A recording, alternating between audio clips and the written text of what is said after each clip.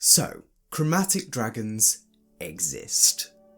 In D&D worlds, there are a lot of things to worry about.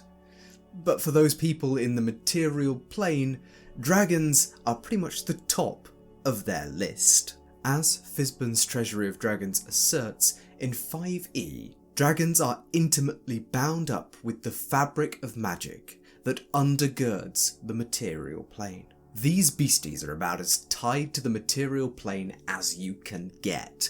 Their lairs have effects on the topography, climate, and wildlife of their local areas for miles. So when your neighbour can be a centuries-old living weapon of mass destruction, well, that's got to affect civilization, right? Well, here's the thing. I think we're not going far enough. Much of the world building around chromatic dragons is lazy. It basically boils down to, there's a big guy over there. I sure hope he doesn't come over here. That can work for a Monster of the Week game, but let's not forget dragons are foundational to Dungeons and Dragons. They've been around for longer than civilization itself. So how would civilization be formed when faced with flying magical dinosaurs? Let's find out.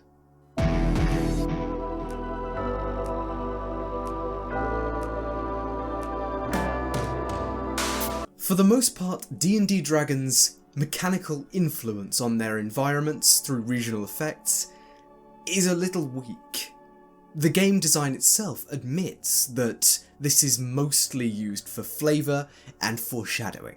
Regional effects have rather small radiuses, the largest being around 12 miles. Although not inconsequential, it must be said that this would probably only encompass around 2,000 people if we're going by medieval European demographics.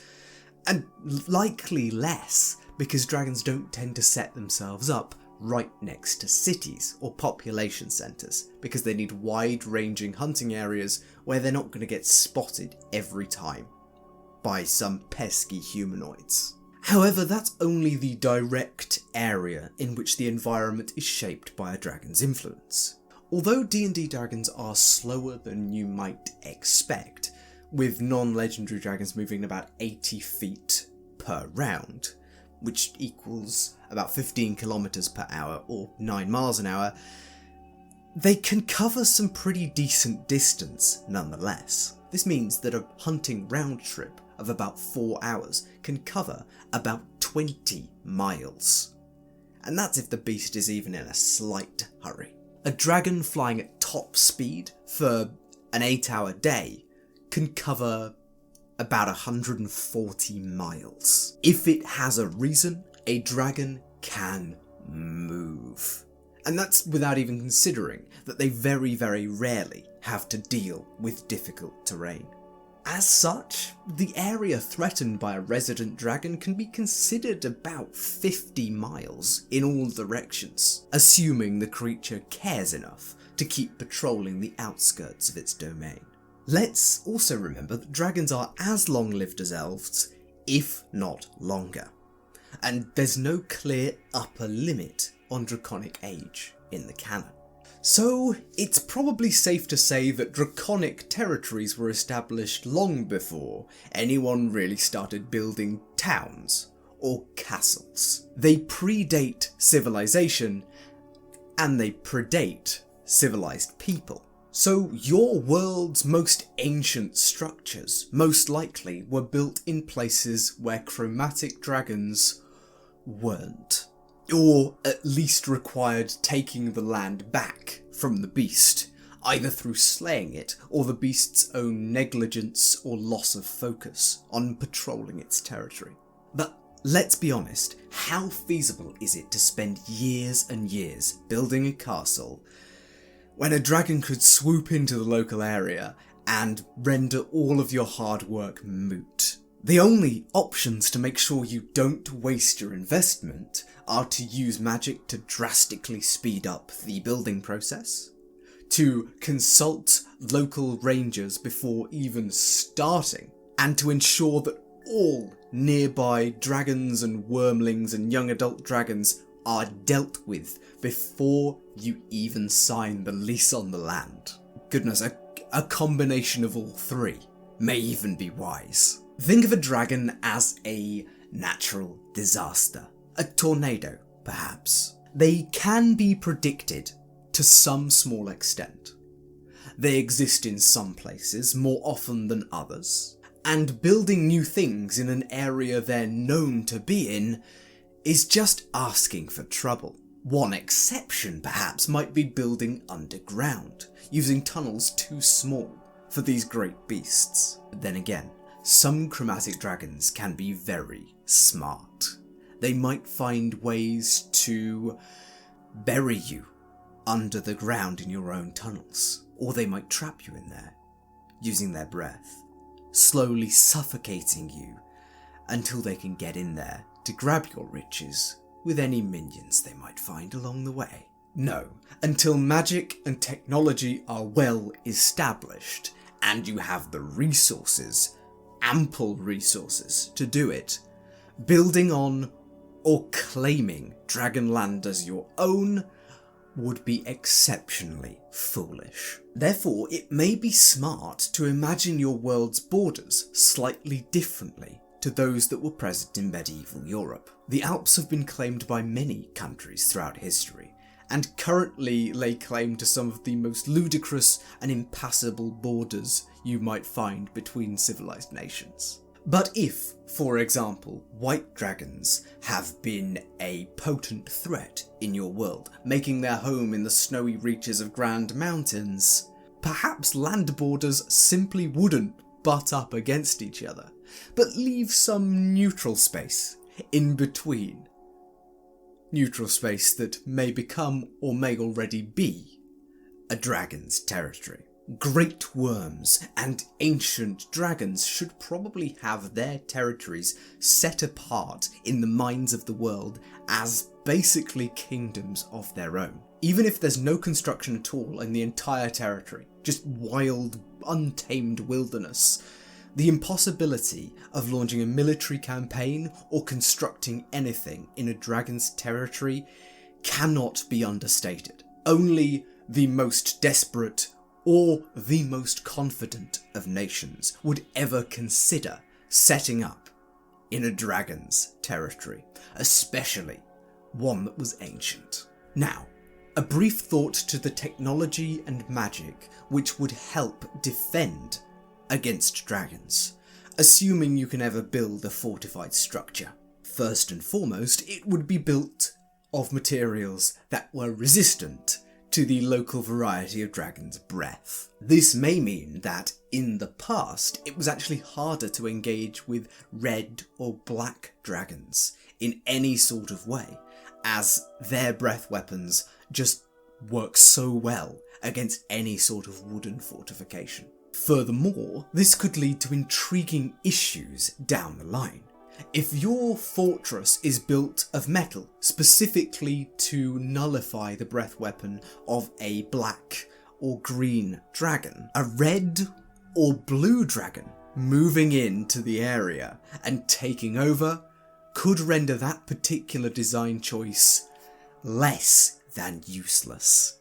Either you're cooked alive or electrocuted en masse. Historically, fortification designs vary from region to region, depending partly on aesthetics and partly on environment. However, I would imagine sheltered walkways, probably made of wood, to be quite common, with arrow slits in the top for any flying enemies that may be causing trouble, especially on walkways and barricades around the externality of the castle. More importantly, I would actually argue that the spiked merlon would make quite a bit of sense, as opposed to the usual medieval image of a flat crenellation. Some historical forts did actually adopt a kind of spiked crenellation pattern. This would work something like pigeon spikes on a modern building, except at a slightly larger scale.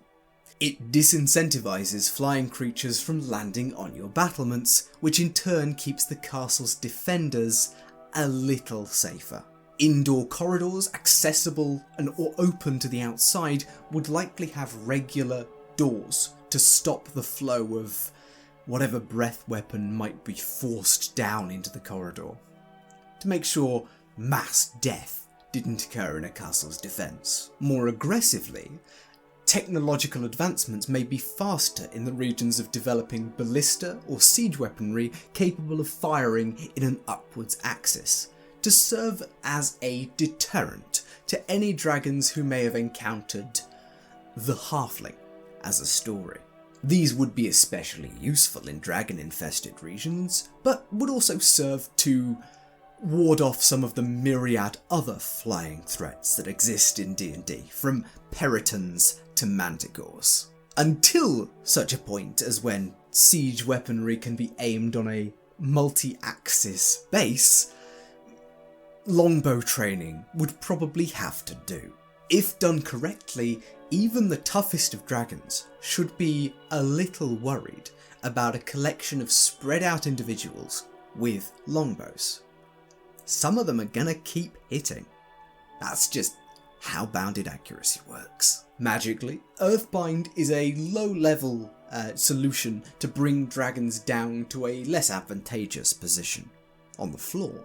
Although most dragon attacks do tend to be physical, and the frightened condition does affect melee combatants far worse than ranged combatants. Hold Monster is a higher level choice, but generally any blasting cantrip will serve to gradually weaken the beast. If you've only got access to a very low level caster, you're probably better off going for spells that require saving throws over spells that try to hit an armor class, because you're most likely going to be affected by the fear effect and be at disadvantage on all those attack rolls. So Toll the Dead might be a good choice. Illusion magic would also play a crucial role in defending and preventing dragon attacks.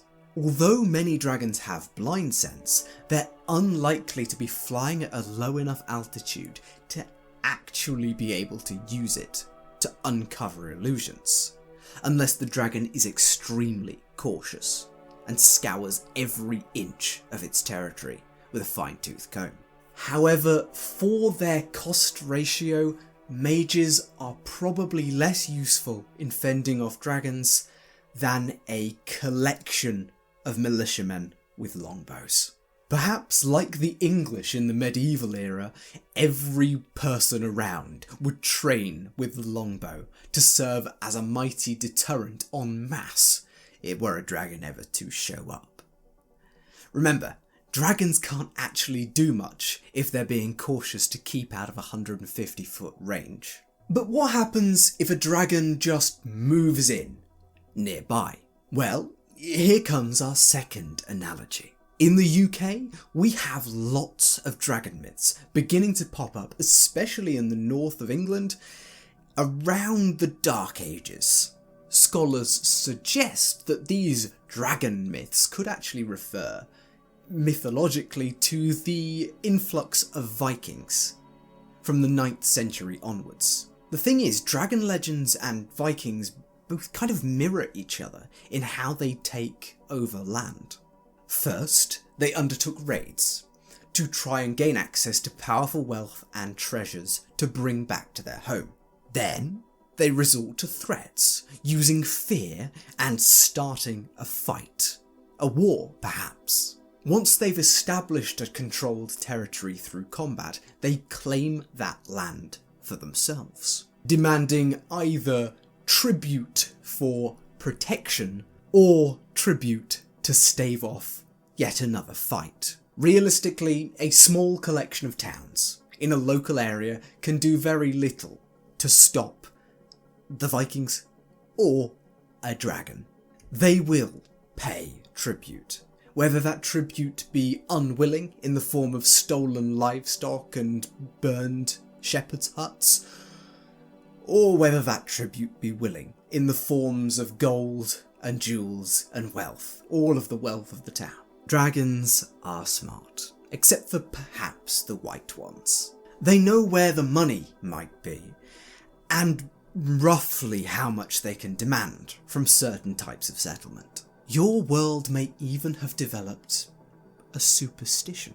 You should never brag about money, treasure, or sudden windfalls. Perhaps even discussion of wealth is taboo, based on past experiences, with such stories reaching the ears of greedy dragons. Speaking of money, banks likely developed earlier in D&D worlds than in our own. The combination of great monsters that crave money and wealth, and the massive impact in security that even mid-level magic can have, would make institutions that serve to protect people's finances massively important in preserving any generational wealth at all.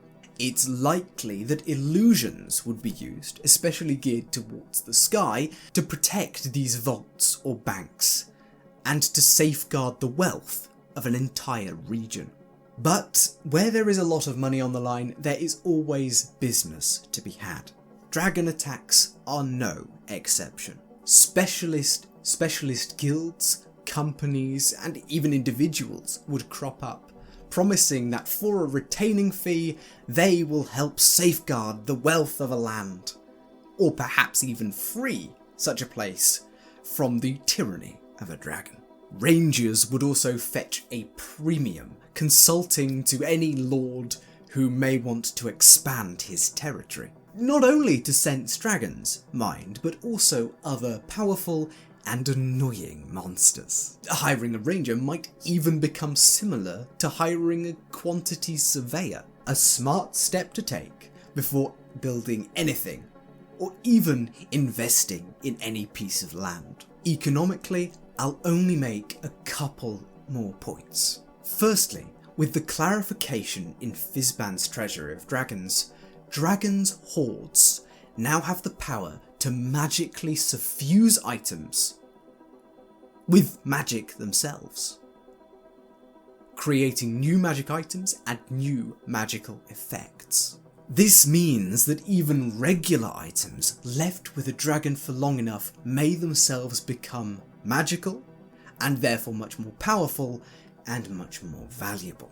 Perhaps metallic dragons willingly adopt items into their hordes, saving them for generations down the line like a sort of bank or pawnbroker. But back to the Chromatic Dragons. This gives some in-world justification to the masses of treasure that adventurers find within dragons' hordes, even if the surrounding region is not particularly wealthy or well equipped with magic. It also sort of incentivizes going after older dragons, who've had more time to build up their collections, at least economically. And perhaps if the dragon hunters are supremely confident, it might even incentivize leaving a few younger dragons around for a little longer than you should, just to see what they might develop, grow, or incubate within their hordes. This is only feasible in regions with a lot of high-powered individuals though, because that can very, very easily backfire. Another thing to note is that as beings of great material magic, dragon corpses have an incredible amount of value. A dead dragon, even without a horde, is a once-in-a-lifetime windfall. And if you want some pretty awesome inspiration in that regard, 3.5e's Draconomicon will give you more dragon harvesting information than you could ever possibly need. So that's some of the world building consequences of having chromatic dragons in your world. I hope this has encouraged you to think a little more about what the consequences of the game's systems are in your world building, and maybe given you a few hints or bits of inspiration to run with in creating interesting quests around dragons. I can absolutely recommend Fizban's Treasury of Dragons. It's a really fun read, but I will say most of the content in there is geared towards adventurers. It makes sense. They're the people who play the game.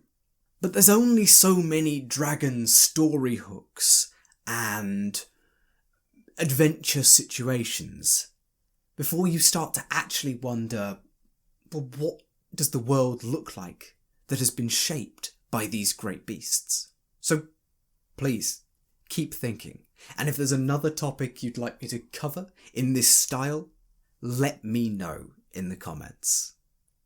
If you've enjoyed this style of video, please, I beg you, subscribe. I want to make more of this. I love talking about the unintended and perhaps unconsidered consequences of putting things in your world.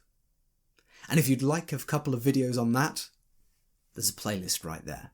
But for now, I've been Tom, otherwise known as the Grungeon Master, and I will see you in the next video.